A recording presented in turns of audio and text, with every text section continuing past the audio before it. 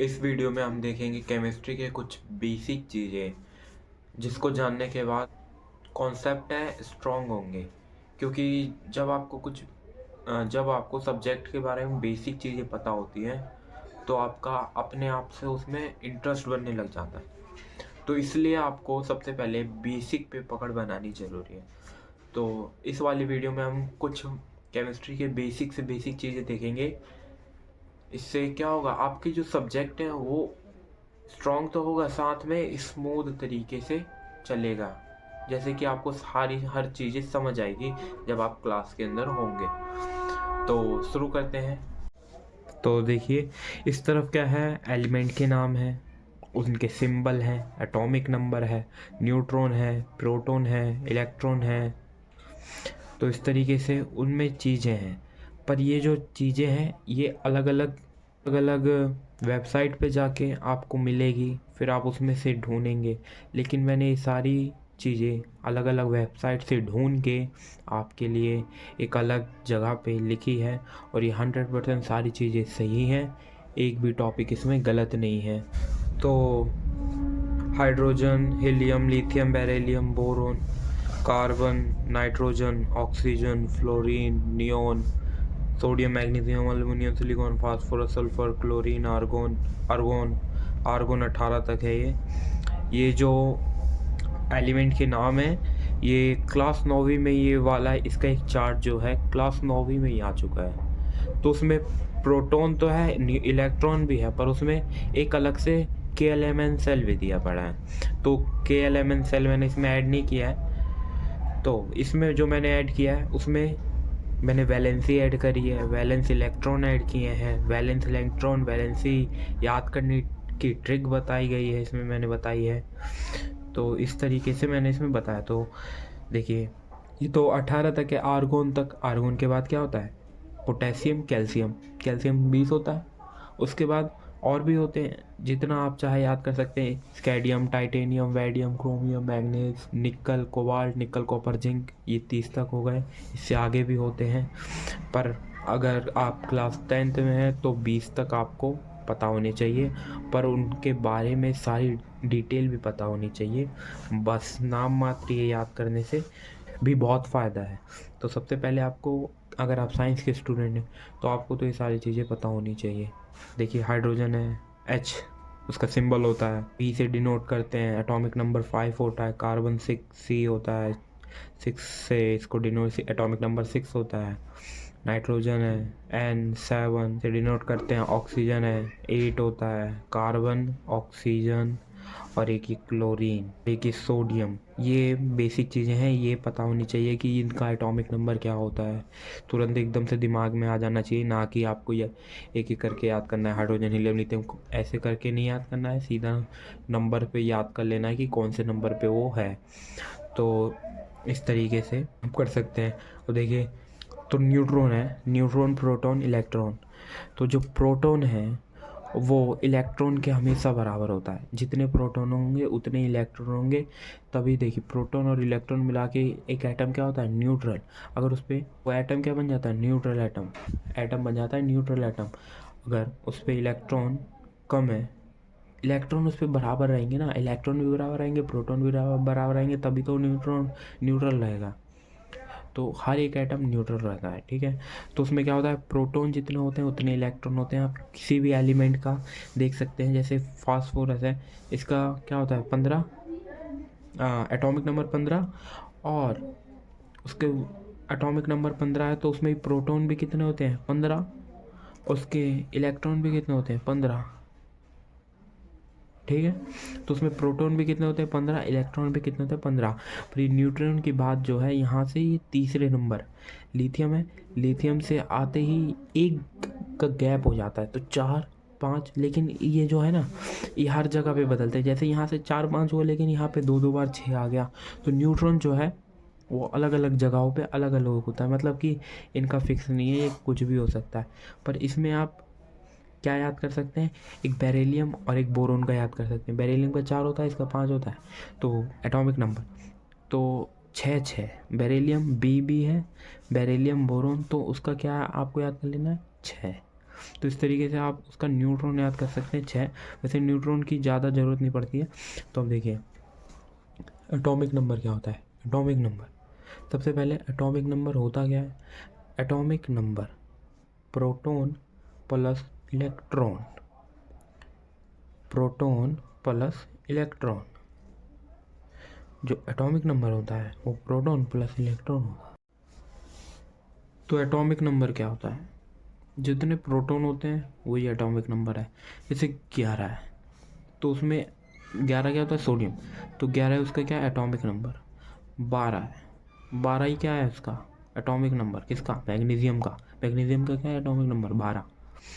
तो क्या कहने की बात क्या है कि प्रोटॉन जितने होते हैं वही एटॉमिक नंबर कहलाता है, और जितने प्रोटॉन होते हैं उतने ही इलेक्ट्रॉन होते हैं, बट न्यूट्रॉन डिफरेंट आता है।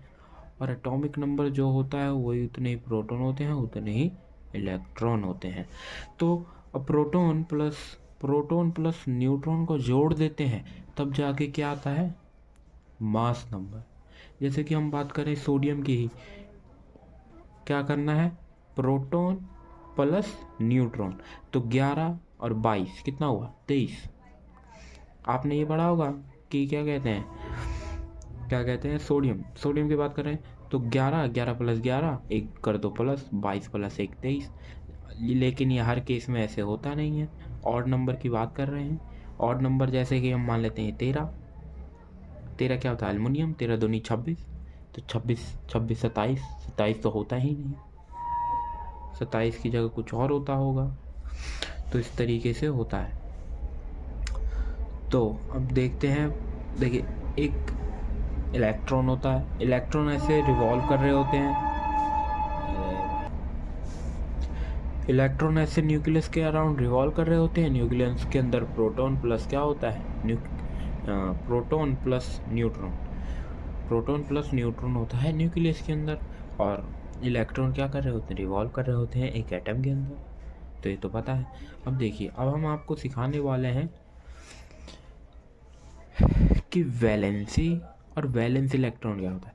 इसमें हमेशा डाउट रहता है कि वैलेंसी क्या थी, वैलेंस इलेक्ट्रॉन क्या थे। एक ट्रिक बताऊंगा जिससे आपको ये हमेशा के लिए याद रह जाएगा और आप तुरंत बता पाएंगे कि कौन सा वैलेंसी था, किसका वैलेंसी क्या था, किसका वैलेंस इलेक्ट्रॉन क्या था। तो अब देखिए, सबसे पहले बोला है वैलेंस इलेक्ट्रॉन। वैलेंस इलेक्ट्रॉन मतलब कि उसके आउटर मोस्ट सेल में कितने इलेक्ट्रॉन हैं।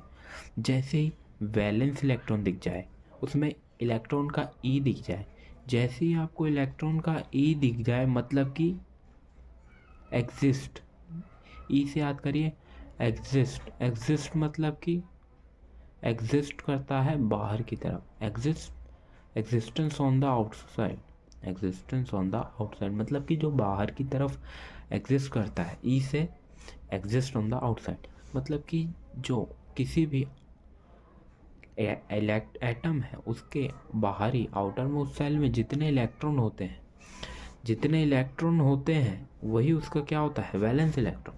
तो हाइड्रोजन एक ऐसी चीज़ है जिसका वैलेंस इलेक्ट्रॉन तो 1 होता है, उसका एटॉमिक नंबर भी 1 होता है, उसका मास नंबर भी 1 होता है।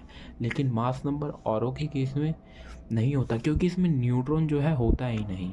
आपको सब बोलते होंगे कि न्यूट्रॉन एटॉमिक हाइड्रोजन का मास नंबर तो 1 होता है, मास नंबर नहीं, एटॉमिक नंबर 1 होता है तो मास नंबर भी 1 होता है, ऐसा आप लोग आपको कहते होंगे, पर उसका कारण नहीं बताते हैं क्योंकि न्यूट्रॉन उसमें होता ही नहीं। न्यूट्रॉन पे देखिए डॉट लगा पड़ा है मतलब होता ही नहीं, न्यूट्रॉन है ही नहीं, तो फिर उसका एटॉमिक नंबर ही उसका मास नंबर होगा।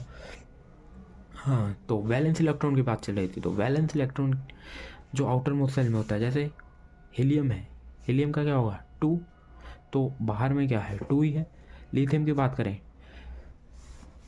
तो ऐसे कुछ बनता है 2 8 8। अब लिथियम की बात करें तो 3 होता है, 2 1। अब जो ये 1 बच गया तो यही क्या हो जाएगा, लास्ट वाले सेल में है तो यही क्या हो जाएगा, आउटर मोस्ट सेल में इलेक्ट्रॉन है, तो लिथियम का क्या हो जाएगा 1। बेरिलियम की बात करें 4 होता है, एटॉमिक नंबर 4, तो 2,2। अब ये जो 2 है ये इसका क्या है, वैलेंस इलेक्ट्रॉन। ऐसे ही बोरोन की बात करें, बोरोन का एटॉमिक नंबर होता है 5, तो 2,3। लास्ट सेल में कितने हैं 3 इलेक्ट्रॉन, तो इसका क्या हो जाएगा, हाँ वैलेंस इलेक्ट्रॉन कितना हो जाएगा 3। ऐसी कार्बन की बात करें, कार्बन का क्या होता है 6, तो 2,4, तो क्या हो जाएगा वैलेंस इलेक्ट्रॉन 4। ऐसी नाइट्रोजन की बात करें 7 होता है, तो 2,5, तो इसका क्या हो जाएगा 5।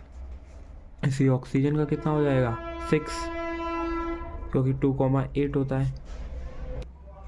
अब देखिए किसकी बात करें, नियोन। नियोन का कितना एटॉमिक नंबर होता है 10, तो 2,8, 8, तो जिसका क्या आ रहा है 8। इसके वैलेंस इलेक्ट्रॉन कितने आ रहे हैं 8। मतलब कि देखिए जो भी नोबल गैस होती है जिसकी लास्ट सेल में इलेक्ट्रॉन फील्ड होते हैं 8, तो सबसे हाईएस्ट वैलेंस इलेक्ट्रॉन कितना 8 ही तो जाता है। उसके बाद तो फिर 1 2 3 से शुरू हो जाता है।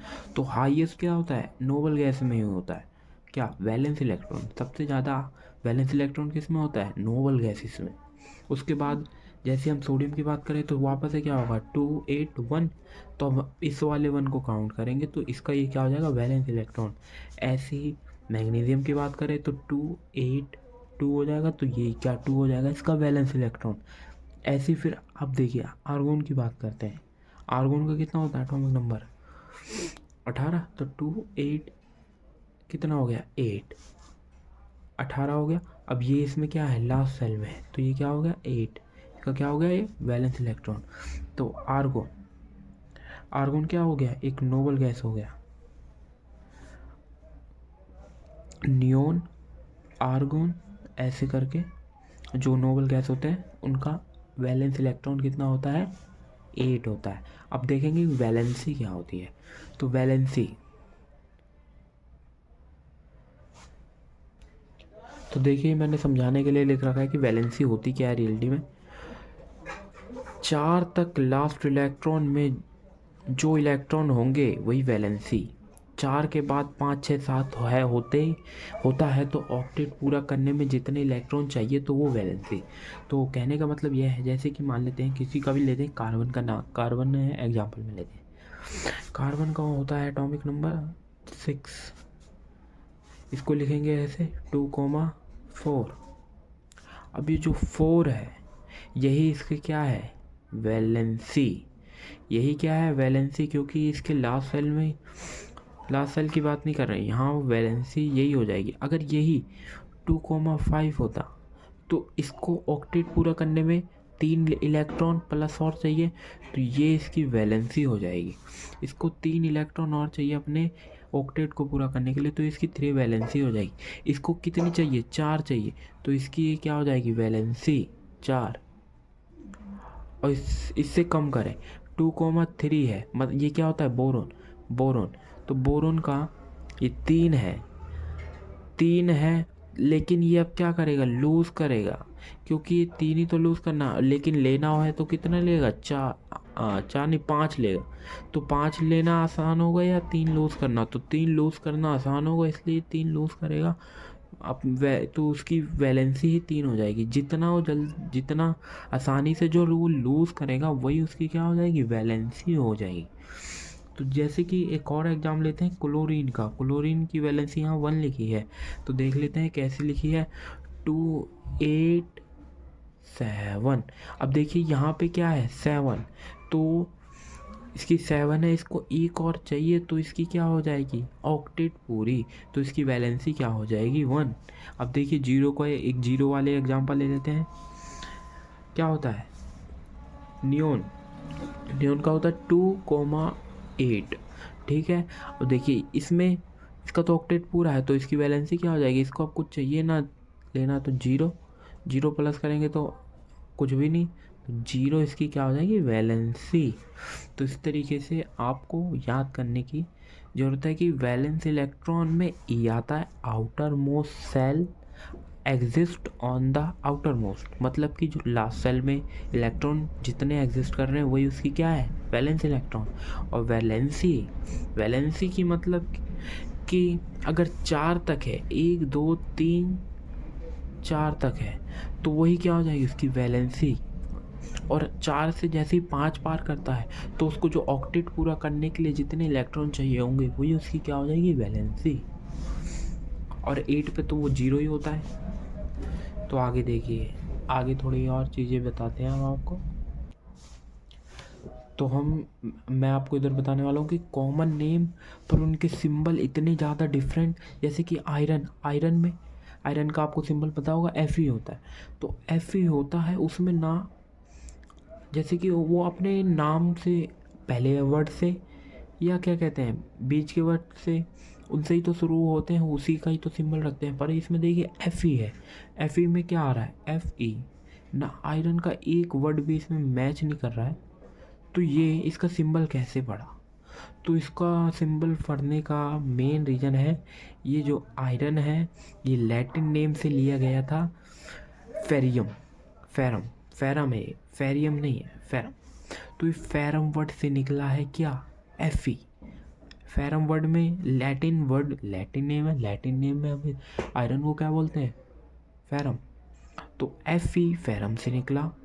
शुरू से देख लेते हैं, जैसे कि मरकरी है, Hg आपने सुना हो, लेकिन इसका नाम किस में से निकला, हाइड्रोजनम से निकला है। तो कॉमन नेम देख लेते हैं, एंटीमोनी एक एलिमेंट का नाम है। तो इसका सिंबल होता है Sb। तो Sb सिंबल निकला कहाँ से, लैटिन नेम स्टिबनम। कॉपर में क्या आ रहा है, Cu किससे निकला, क्यूप्रम। गोल्ड का सिंबल आपको पता होगा Au होता है, पर Au आया कहाँ से, ऑरम। आयरन का Fe मैंने बताया भी किससे निकला है, फेरम से। लीड का क्या होता है, Pb किससे निकला, प्लम्बम। मरकरी का होता है Hg किससे निकला, हाइड्राजनम। पोटेशियम का क्या होता है, के कहाँ से निकला, कैलियम। अब देखिए, आपको पोटेशियम का के तो 100% पता होगा कि के होता है, पर आपको ये नहीं पता होगा कि कैलियम से निकला है, कैलियम।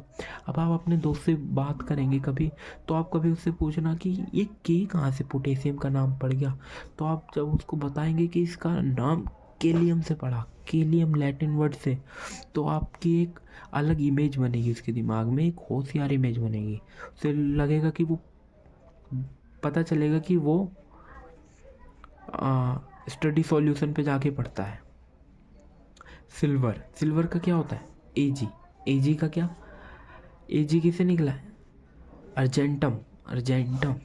उसके बाद क्या है, सोडियम क्या होता है, Na तो आपको पता ही होगा, लेकिन ये निकला किस में से, नाट्रियम, नेट्रियम। टिन किससे निकला है, टिन का Sn होता है, स्टेनम। Sn आपको शायद पता हो, स्टेनम, पर आज से पता चल जाएगा, टिन का Sn, स्टेनम।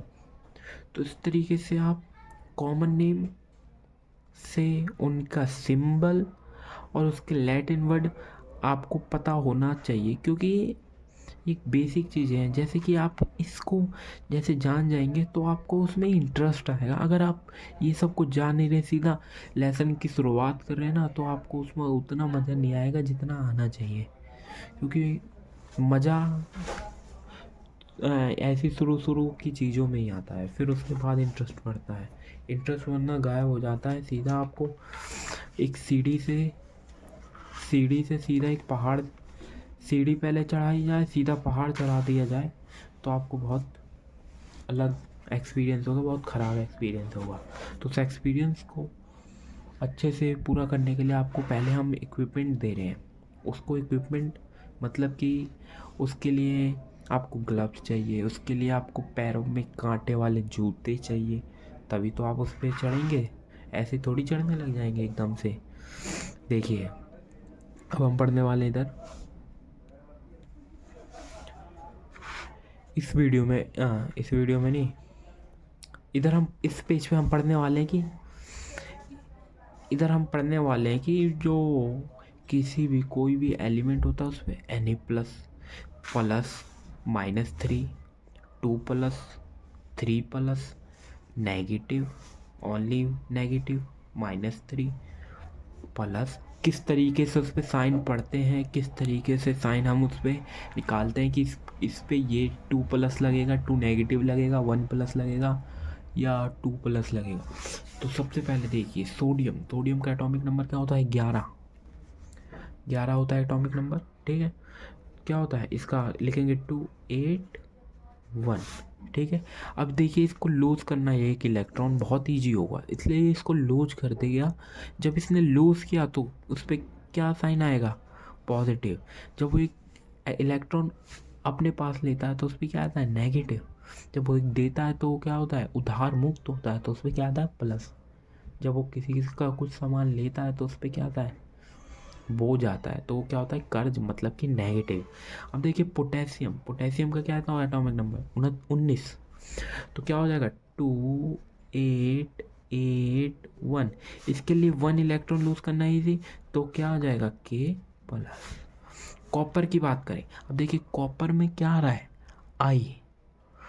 जिसमें भी आई मतलब फर्स्ट दिया हो, ये सेकंड दिया है, ऐसे सेकंड दिया है, थर्ड दिया है, तो डायरेक्ट उसके सिंबल को लिख के CU 1 आई दिया है प्लस लगा दीजिए। मैग ऐसे ही आयरन दिया है Fe लगा के 2 दिए हैं प्लस, तो 2 प्लस लगा दिए।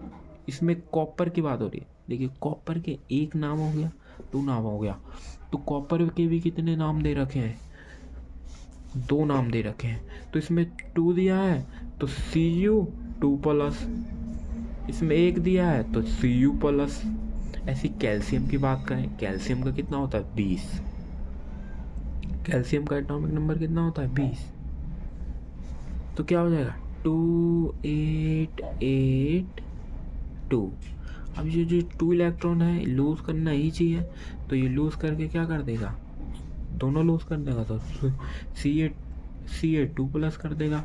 जिंक की बात करें, जिंक का एटॉमिक नंबर क्या होता है? Scandium, titanium, vanadium, chromium, manganese, cobalt, nickel, copper, zinc, मतलब जिंक होता है 30। तो उसके लास्ट इलेक्ट्रॉन में कितने होते हैं? 2 8 8, कितना हो गया ये? 18 8 8 2 10, 8 2 16, 26 और 2 4 प्लस करना पड़ेगा, 26 हो गया 4। तो ये क्या हो गया?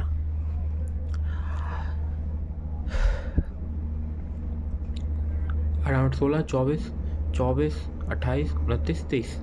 जिंक की बात हो रही है, zinc, cobalt, nickel, copper, zinc का होता है एटॉमिक नंबर 30।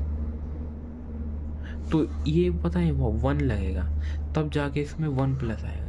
जिंक क्योंकि इसी तरीके से एग्जिस्ट करता है, ठीक है।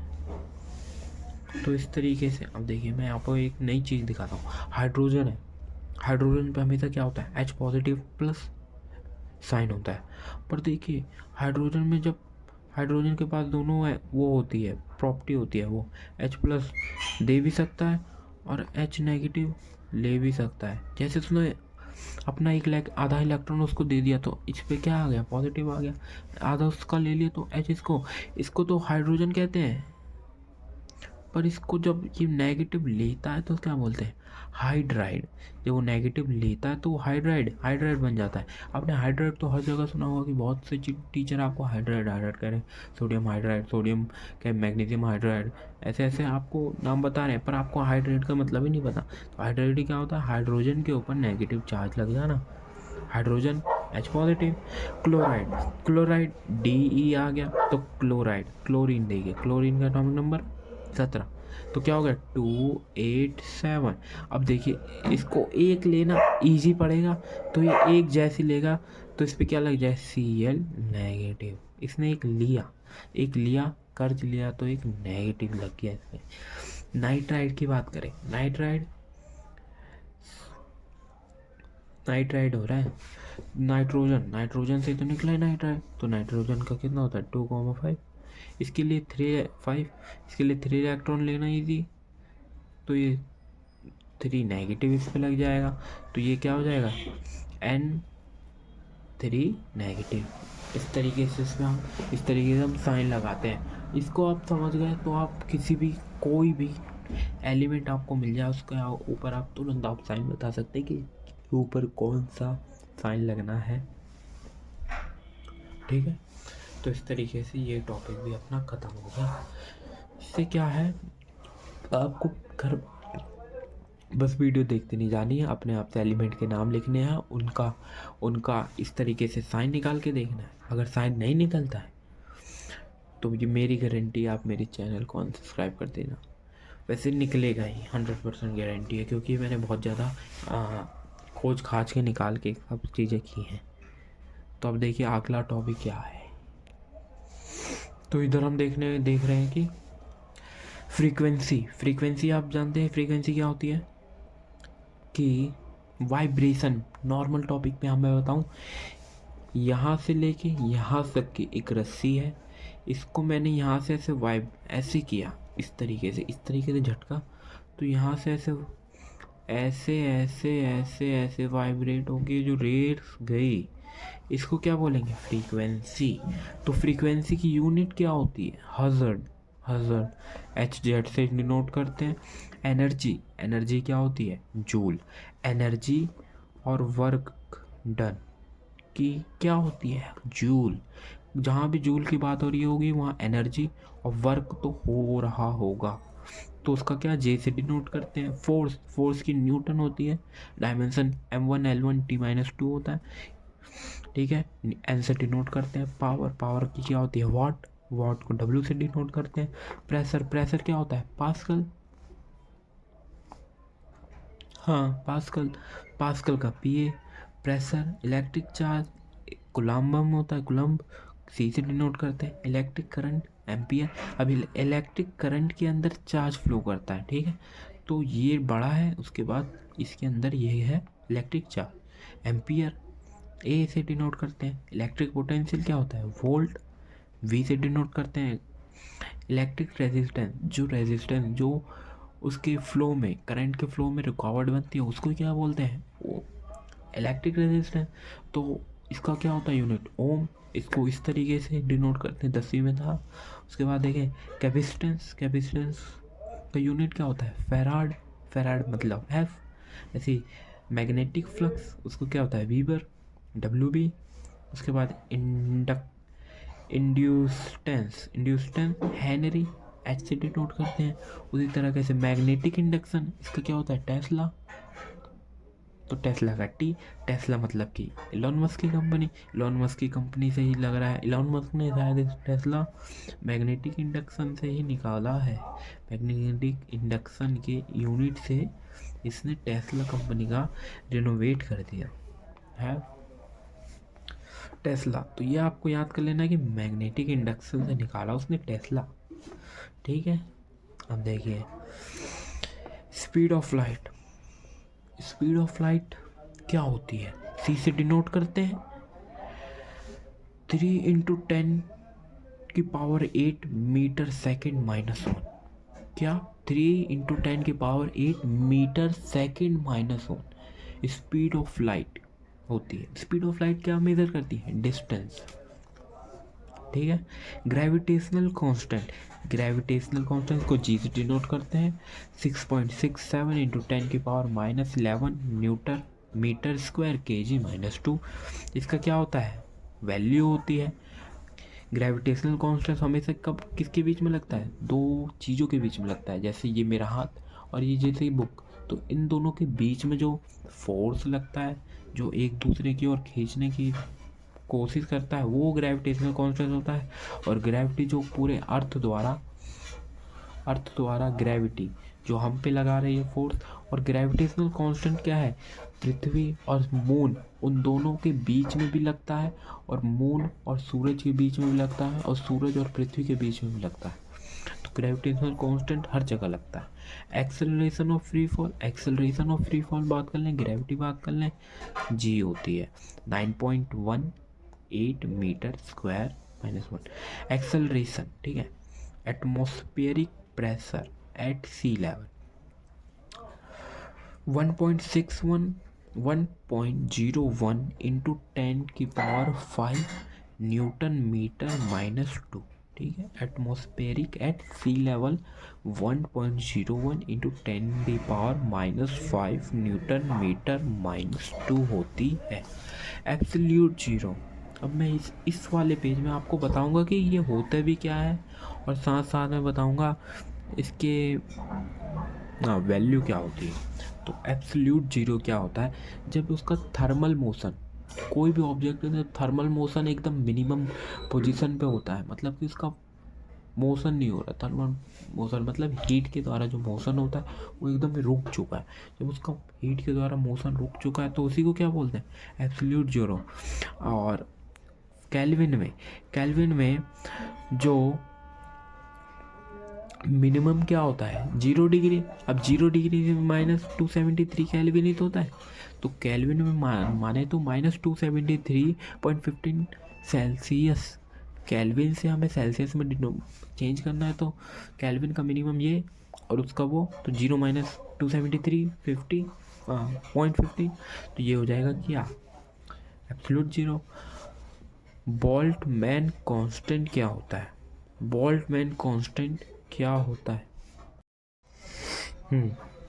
तो बोल्ट्जमैन कांस्टेंट क्या होता है कि जब कोई बॉडी है उसके अंदर काइनेटिक एनर्जी है, तो उसके अंदर की हर एक पार्टिकल है, उस पार्टिकल की जो काइनेटिक एनर्जी होगी उसका जो सम होगा वो क्या होगा, बोल्ट्जमैन कांस्टेंट।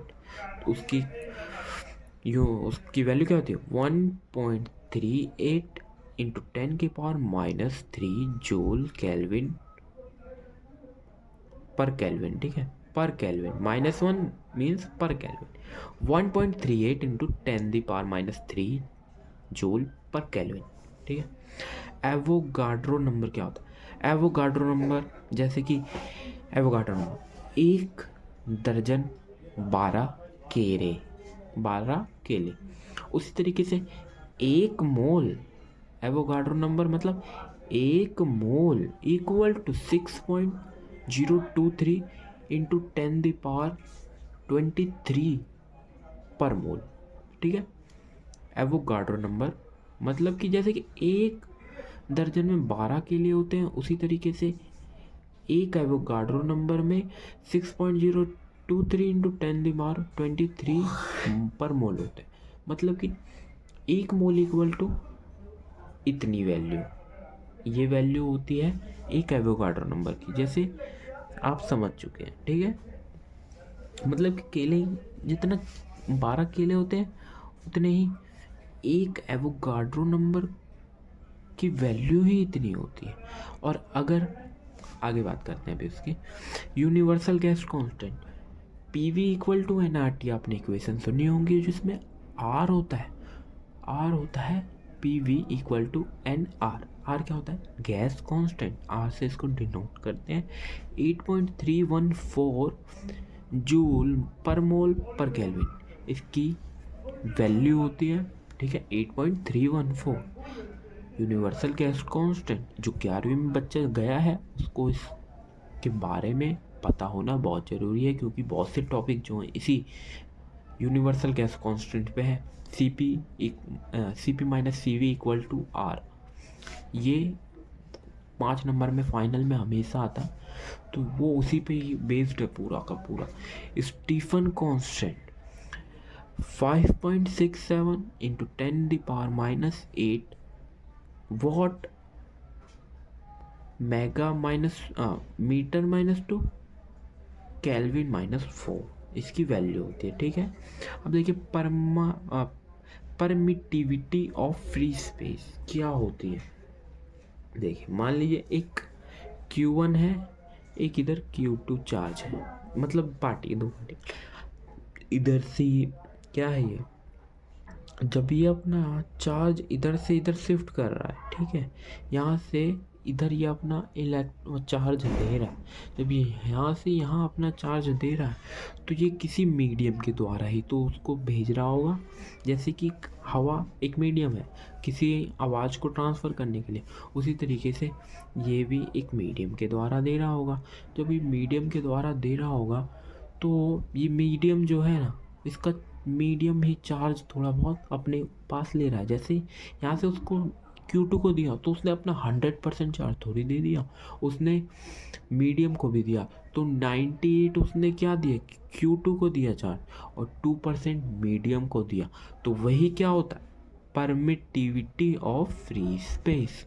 ठीक है, इसकी वैल्यू क्या होती है, 8.85 इंटू 10⁻⁻12 c² N-1 मीटर-2। ठीक है, C मीन्स कूलाम। ठीक है, C means coulomb, coulomb means electric charge, charge की बात चल रही है तो यही होगा। ठीक है, न्यूटन मीन्स 4। ठीक है, पर मैं एबिलिटी ऑफ फ्री स्पेस क्या होता है हम देखते हैं। जैसे कि देखिए, एक मैग्नेटिक फील्ड है, मान लीजिए यहाँ चुम्बक पड़ा है, यहाँ मैंने एक लकड़ी का टुकड़ा पे रख दिया। अब क्या ये लकड़ी इसमें चिपकेगी, नहीं चिपकेगी, क्योंकि इस लकड़ी के अंदर क्या है, मैग्नेटिक फील्ड की प्रॉपर्टीज नहीं है। जो लकड़ी का टुकड़ा है उसके अंदर मैग्नेटिक फील्ड की प्रॉपर्टी नहीं है, और अब वो उसी की जगह पे हमें एक कील रख दी। अब कील जो है वो चिम्मक से चिपकने की कोशिश करेगी, क्योंकि उसके पास एक अपनी ओवन मैग्नेटिक फील्ड है। जैसे ही चिम्मक के पास जाता है वो, तो उसकी अपनी ओवन मैग्नेटिक फील्ड क्या होती है, बाहर निकल पड़ती है।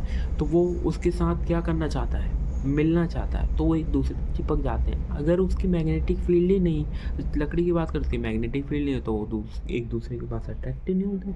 तो वही उसकी क्या, वही क्या कहलाती है, परमेबिलिटी, परमेबिलिटी कहलाती है। ठीक है, इसको इससे डिनोट करते हैं, इसकी value 4π into 10⁻⁻7 TMA-1 watt BA ampere -1 metre इसकी वैल्यू होती है। ठीक है, इलेक्ट्रॉनिक चार्ज ई की वैल्यू क्या होती है, चार्ज, किसी भी इलेक्ट्रॉन का जो चार्ज होता है उसको क्या होती है, 1.6 into 10⁻⁻⁻C। C means coulomb, coulomb किसका यूनिट है, चार्ज का।